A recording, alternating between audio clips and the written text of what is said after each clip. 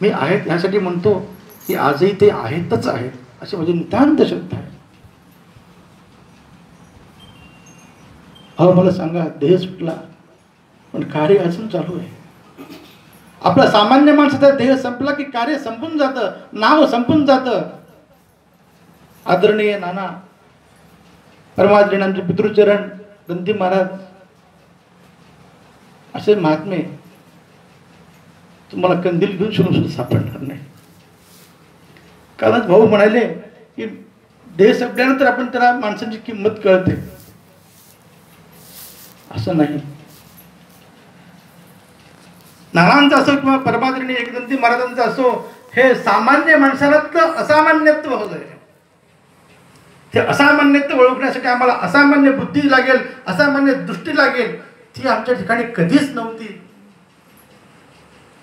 ती इथेच प्राप्त होणार आहे, अन्य ठिकाणी जाऊन प्राप्त होणार नाही.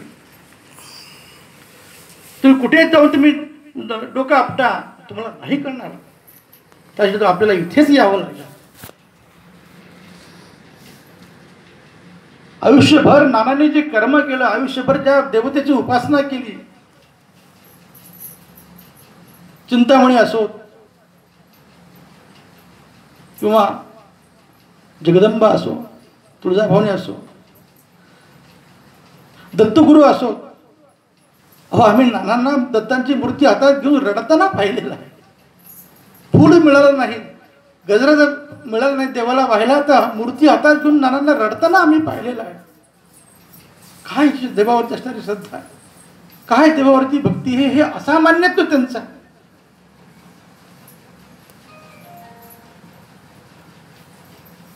अनेक प्रश्न लोकांच्या मनात उठतात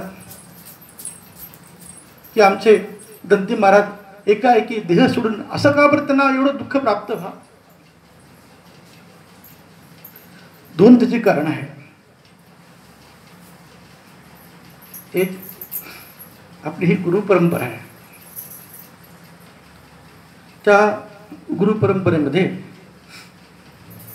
जेही लोक अनुग्रह घेण्यासाठी येतात, त्या अनुग्रह घेण्यासाठी येणाऱ्या लोकांना माहिती नाही, कळत नाही की अनुग्रह कसा घ्यावा, त्याचे नियम काय असतात. अनुग्रह घेण्याच्या पूर्वी स्वतःची काही तयारी करावी लागत असते.